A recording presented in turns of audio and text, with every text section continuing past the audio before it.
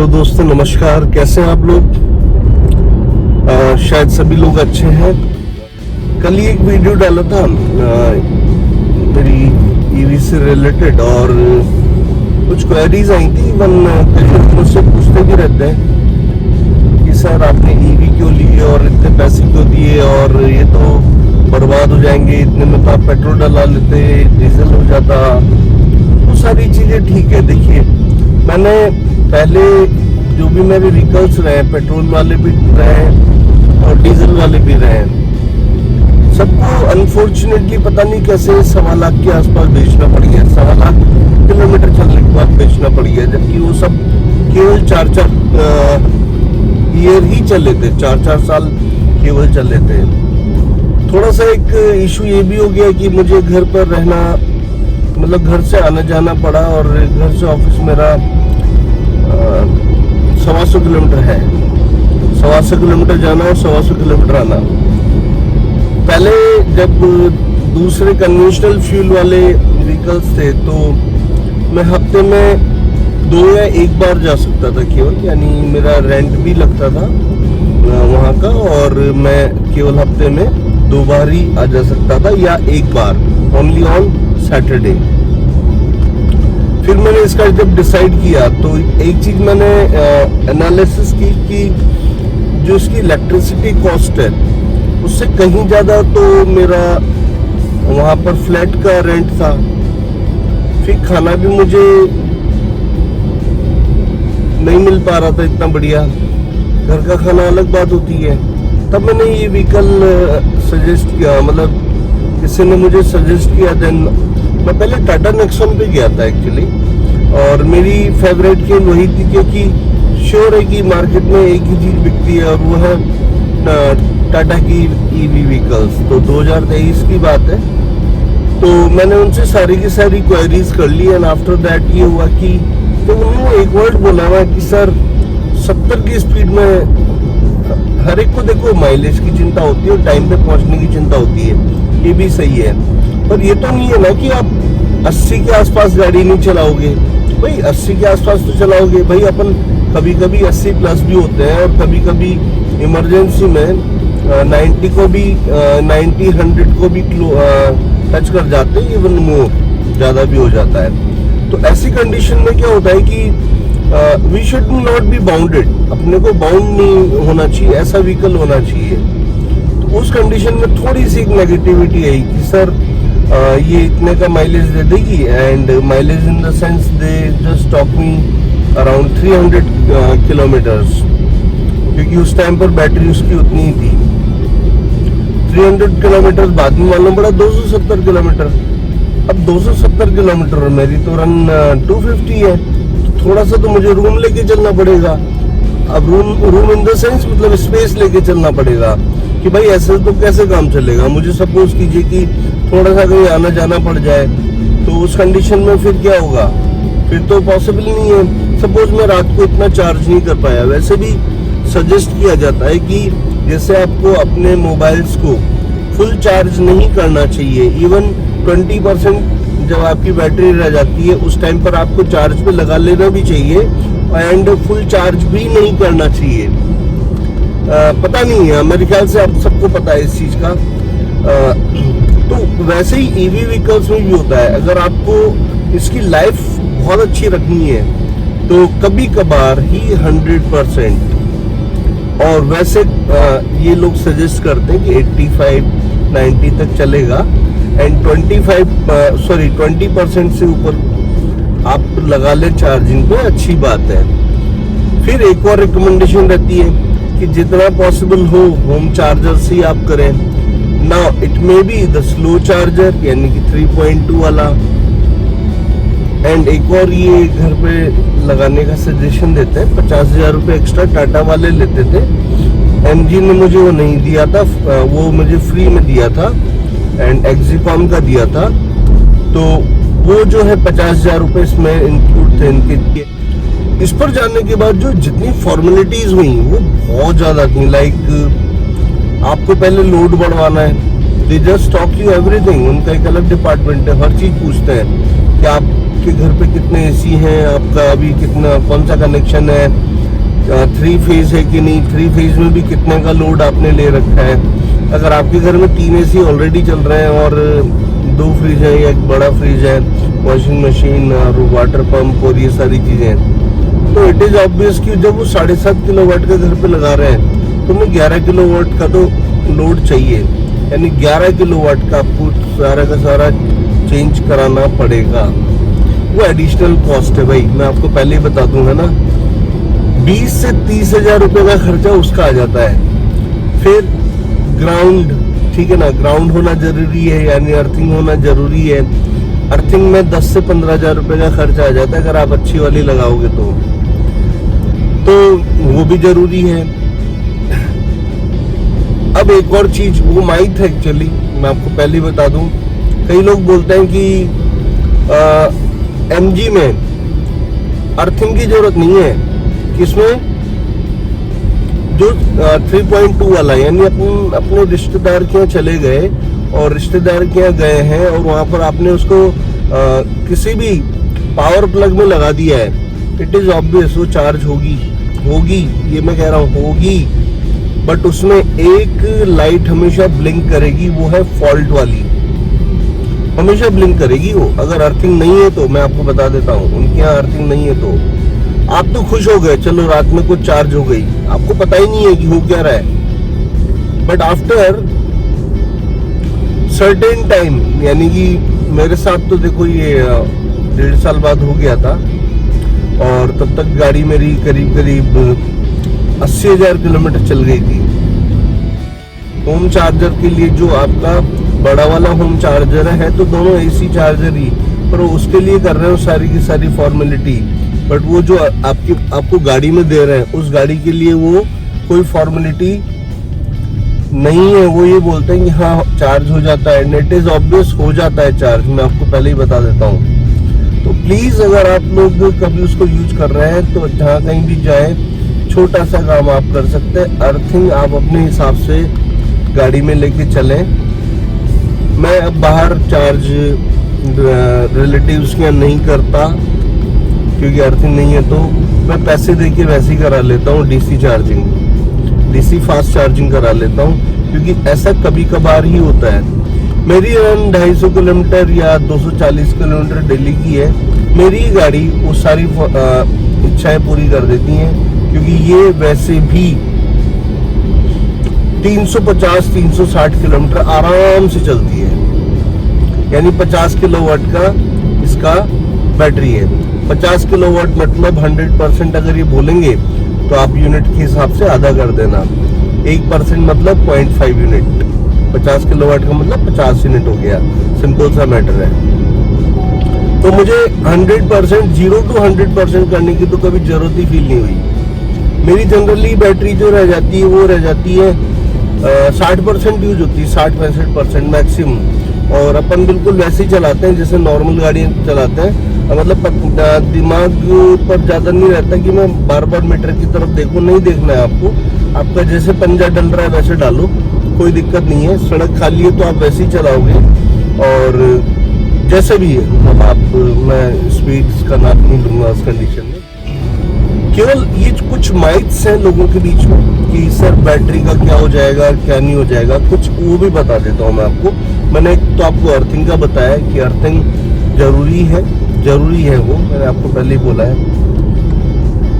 11 kilowatt का आपका load होना चाहिए, अच्छी बात है जितना लोड हो, फ्लक्चुएशंस नहीं होने चाहिए। फ्लक्चुएशंस नहीं होने के लिए आपको स्टेबलाइजर्स लगाने हैं, जो कि बाहर मेन लाइन से स्टेबलाइजर्स होते हैं वो लगाने चाहिए। खर्चे हैं, मैंने आपको पहले ही बोल दिया, खर्चे हैं। मैंने 3 फेज के हिसाब से 3 स्टेबलाइजर्स लगवाए हैं, हर एक फेज के लिए अलग मेन लाइन स्टेबलाइजर लगवाए हैं घर के बाहर, स्पेशली 7.2 के लिए अलग से लगवाया है। 8 किलोवाट का है वो, 10 किलो एम्पियर्स में कुछ बोला जाता है इसको। मैं इतना टेक्निकली फिजिक्स के मामले में साउंड नहीं हूँ, मैथ्स के मामले में तो मैं साउंड हूँ, ठीक है, पर मुझे मालूम है कि हाँ उसका 0.8 टाइम्स कर देते हैं। तो 8 किलोवाट प्लस ही होता है वो।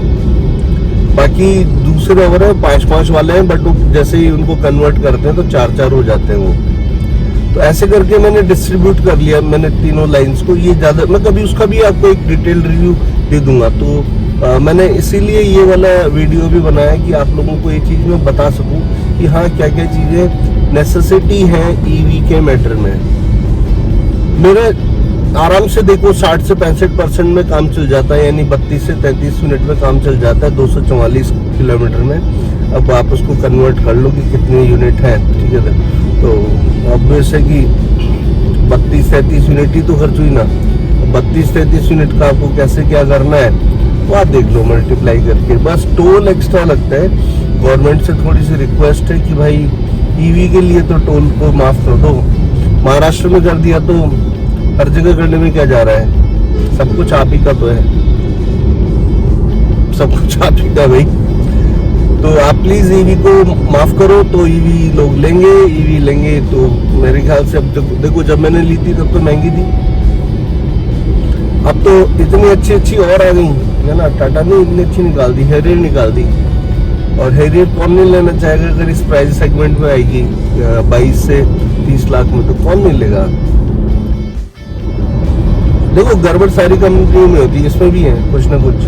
कभी भी इसके हेड यूनिट जो है उसमें ग्लिच आ जाता है, उसको मैं रीस्टार्ट करता हूँ। पर गाड़ी में आज तक कोई दिक्कत नहीं है, गाड़ी में आज तक कोई दिक्कत नहीं है, एक्सेप्ट वही वाली एक बस इशू था। वो कंपनी ने उसको खुद नया लगा के दिया मुझे, कोई दिक्कत नहीं है उसमें, और कोई बहुत बड़ी चीज भी नहीं थी।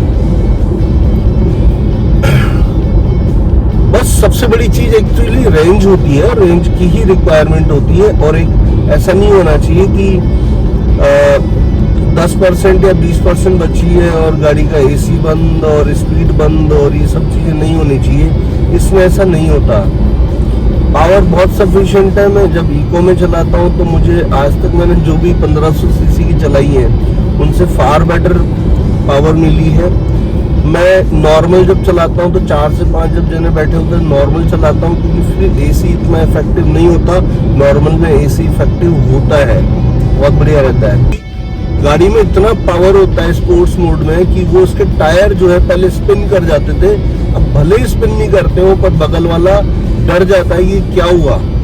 इतना पावर है कि उसको तो आपको यूज करना ही नहीं चाहिए। 120-150 की स्पीड कोई मायने नहीं करती उसके लिए, वो शायद 180 या 200 की स्पीड बनाने के लिए बना है। उसको प्लीज कभी भी उनको देना ही नहीं चाहिए था। इवन मैं सजेस्ट भी नहीं करता कि आप स्पोर्ट्स मोड में चलाओ। मैं इको मोड में चलाता हूँ, अभी बहुत अच्छी स्पीड पे मेरी गाड़ी चल रही है, मैं बता नहीं सकता स्पीड, ठीक है।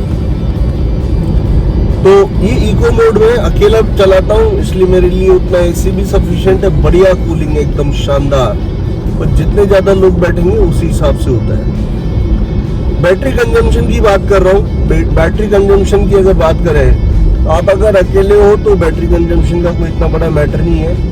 पर अगर आप लैडन हो, यानी कि ज्यादा लोग बैठे हुए हैं और सामान भी है, तो बैटरी कंजम्पशन थोड़ा सा बढ़ेगा। तीसरा मैटर इसी में बैटरी कंजम्पशन के उसमें, वाइपर अगर चलेगा तो बैटरी कंजम्पशन बढ़ेगा। सड़क पर फ्रिक्शन होगा तो बैटरी कंजम्पशन बढ़ेगा। फ्रिक्शन इन द सेंस बारिश हो रही है तो बैटरी कंजम्पशन बढ़ेगा। फिर अगर सर्दी है तो बैटरी कंजम्पशन बढ़ेगा। बहुत ज्यादा गर्मी है तो शायद बैटरी कंजम्पशन, देखो मैंने इतना इफेक्ट देखा ही नहीं बहुत ज्यादा गर्मी में। सर्दी में मैंने देखा है बैटरी अपना टेम्परेचर मेंटेन करने के लिए कुछ एनर्जी खुद ले लेती है। बैटरी अपना टेम्परेचर मेंटेन करने के लिए, क्योंकि ठंड में बिल्कुल ठंडी बैटरी होती है भाई। मैं आपको पहले बता दूं, मोटर भी ठंडी होती है। ये अपना कुछ एक सस्टेनेबिलिटी चाहते हैं, एक सस्टेनेबिलिटी इनको रिक्वायर्ड है। इतना टेम्परेचर तो हमारा होना ही चाहिए ना। उस टेम्परेचर के पॉइंट ऑफ व्यू से कुछ एनर्जी ये अपने को यूज कर लेते हैं खुद ही। उस वजह से उस टाइम रेंज कम होती है सर्दियों में। सारी गाड़ियों में है, चाहे आइस की गाड़ियां ले लीजिए, इंटरनल कंबशन इंजन, चाहे पेट्रोल या डीजल, ठंड में उनका भी यही हाल होता है, ये सबका होता है। गर्मी में किसी को कोई फर्क नहीं पड़ता, फिर भी सब लोग चाहते हैं कि छाया में रखें। ये इस डिज़ाइन से सारी इलेक्ट्रिक व्हीकल्स बनी है कि इनको गर्मी में कोई फर्क नहीं पड़ता है। सारी की सारी अच्छी गाड़ी है, कोई दिक्कत की बात नहीं है। मेरा गाड़ी ये वाली लेने का सिर्फ एक और पर्पज था कि थोड़ी बड़ी मिल जाए। 4.3 मीटर ठीक होती है, ये सब कॉम्पैक्ट यानी 4 मीटर के अंदर नहीं है, तो डिक्की भी सफिशिएंट है, चौड़ाई भी सफिशिएंट है। अब तो और भी अच्छी गाड़ी आ गई है। देखिए मुझे मोर देन 2 इयर्स हो गए, मोर देन 2 इयर्स हो गए तो महंगी भी ली थी, अब तो 18 साढ़े 18 लाख की आ रही है यही वाली गाड़ी। बस ये कि मुझे कुछ एडवांटेजेस दे दिए थे, मुझे 5 साल की वारंटी दे दी थी, मैन्युफैक्चरिंग वारंटी, तो मेरे को जो बेनिफिट अभी 2 साल या 3 साल की दी जा रही है। मुझे कुछ चीज़ें और एक्स्ट्रा दी थी, मैंने आपको एक तो ही दिया, चार्जर बताया 50,000 का सीधा। पर थोड़ा सा एक अच्छा एडवांटेज आपको ये होगा एडिशनल चार्जर खुद ही लेने से कि आप स्टैटिक का लगवा सकते हो। स्टैटिक का बहुत अच्छा चार्जर होता है भाई, बहुत अच्छा। ये एक्सिकॉम का लगाते थे, हालांकि एक्सिकॉम भी मर्सिडीज और सब जगह यूज होता है, देखो मर्सिडीज ऑडी सब में। Static is now growing company, बहुत अच्छी कंपनी है। और तो आपको कि अगर और भी कोई क्वेश्चन हो तो आप मुझसे पूछ सकते हो। ये जस्ट एक मुझे जो लोग पूछते हैं उनके बारे में मैंने बताया। एक चीज और पूछते हैं कि सर कितनी कब तक की वारंटी, मैंने कहा 1,60,000 या 8 साल जो भी है फर्स्ट। तो सर आपकी तो खत्म होने वाली है, आपकी तो एक बीस चल गई 1,20,000। अरे भाई वो तो उन्होंने बोला है, तो हर चीज हमेशा वारंटी थोड़े रहेगी। वो तो उन्होंने बोला है हर चीज हमेशा वारंटी थोड़े रहेगी। सिंपल सा LFP बैटरी के लिए अगर हम लोग बात करें, जो इसमें डली हुई है LFP बैटरी, इसका बोला जाता है कि 3,000 साइकिल तक बैटरी पूरी खत्म नहीं होती, पूरी बोला जाता है। 3,000 साइकिल का मतलब एक साइकिल 350 किलोमीटर में बोल रहा हूँ चलने का। प्रैक्टिकली बोलने में तो कितना भी बोलते हैं 461 और ऐसे, वो नहीं मान रहा मैं। तो 350 इंटू 3,000 अगर आप करोगे तो भाई कौन चलाएगा 10 लाख किलोमीटर गाड़ी? 10 लाख किलोमीटर कोई गाड़ी नहीं चलाने वाला, कोई नहीं चलाने वाला 10 लाख किलोमीटर। कि मेरी गाड़ी 4 लाख चल जाए, जब मैंने 2 साल में इसको 1,20,000 चला दिया है, तो अगर ये 2-3% भी कम हो गई बैटरी, क्या फर्क पड़ रहा है? 10% भी अगर कम हो गई बैटरी, क्या फर्क पड़ रहा है यार? 20-30 किलोमीटर अगर कम चलने लग गई तो कोई फर्क नहीं पड़ रहा। आफ्टर 2 और 3 ईयर्स, मैं तो मानता हूँ आफ्टर 4 और 5 ईयर्स अगर ये 300 किलोमीटर भी चल जाए तो है ना घर की गाड़ी। बैटरी धीरे सस्ती होती जा रही है, कभी डलवा लेना यार 2 लाख रुपए की, बढ़िया वापस चलेगी वैसे, क्योंकि कोई प्रॉब्लम नहीं होती किसी भी तरीके की। तो अगर आपके और भी क्वेश्चन आंसर्स हो तो आप मुझसे पूछ सकते हो। उसको पसंद कर रहे हो, और करीब मुझे मेरा चैनल चलाते हुए करीब 9 साल हो गए, 8-9 साल हो गए, और बड़ा ट्रेमेंडस रेस्पॉन्स रहा है। इनिशियली मैं OnePlus जब लॉन्च हुआ था तो OnePlus से रिगार्डिंग सारे इंफॉर्मेशन देता था, बट ऐसा नहीं होता ना कि एक ही जगह पर आदमी स्टक हो जाए। तो मैंने थोड़ा सा डाइवर्सिफाई होने के लिए कोशिश करी, और बीच में फिर सैमसंग के भी मैं देने लगा और कई सारे गैजेट्स के मैं रिव्यू देने लगा। फिर मैं थोड़ा डिसकंटिन्यू हो गया ड्यू टू माय जॉब। अब मैं इसको एक फुल टाइम आप लोगों के लिए जब भी मुझे टाइम मिलेगा, like that is out of the way, तो मुझे आप लोगों का सपोर्ट चाहिए इस मैटर में। अभी मैं देख रहा था कि 91% लोग जो हैं वो सब्सक्राइबर ही नहीं है, जो मुझे मेरे वीडियोस को देख रहे हैं, और केवल जो है बाकी 8 पॉइंट समथिंग है वो सब्सक्राइबर है। इवन जब मैं वहां पर देख रहा हूँ कि किसने टाइम ज्यादा वो जो है देखा, तो वो भी नॉन सब्सक्राइबर है, जिसने ज्यादा टाइम तक किसी भी वीडियो को देखा। तो आप प्लीज थोड़ा सा इसमें कि अगर आपको लगता है, नॉट आई एम सेइंग कि एक ही वीडियो में जज करो आप, जब आपको लगे कि ना वो कंटेंट इज सुपर, क्योंकि मैं आपको कुछ भी ऐसा तो परोसूंगा ही नहीं जो यूँ लगे कि यार ये क्या है, अचानक शादी बारात के गाने कहाँ से आने लग गए और लोग डांस कर रहे हैं, नहीं ये सब नहीं। Only technical like cars, gadgets, इन सब के रिव्यूज, लेटेस्ट टेक्नोलॉजी जो कुछ भी आ रही हो, मे बी कुछ टेक्नोलॉजी से रिलेटेड कुछ मुद्दों की बात होगी, तो ये सब चीजें केवल मैं आपको इस चैनल में दूंगा। कुछ भी मिक्स्ड नहीं होगा, इतना सारा मिक्स नहीं होगा। कभी कभी ऐसा भी होता है कि हाँ कहीं पर मैं घूमने गया और आपसे मैं शेयर कर रहा हूँ, क्योंकि उसका रीजन है आप मेरे दोस्त हो, और अगर आप मेरे दोस्त हो तो मैं वो सब चीजें जो मुझे अच्छी लगी हैं आप लोगों से शेयर करूं, तो बुरी भी लगी है कोई चीजें तो मैं आपसे शेयर करूं। तो इसी वजह से मैं आपसे एक रिक्वेस्ट कर रहा हूं कि प्लीज आपके जो व्यूज हैं, आपके जो उन सबको एक बार कन्वर्ट कीजिए सब्सक्राइबर में। अनसब्सक्राइब करना भी आप ही के हाथ में है। जब भी आपको लगे कि नहीं इज नॉट डूइंग गुड, आप अनसब्सक्राइब कर दीजिएगा, ठीक है।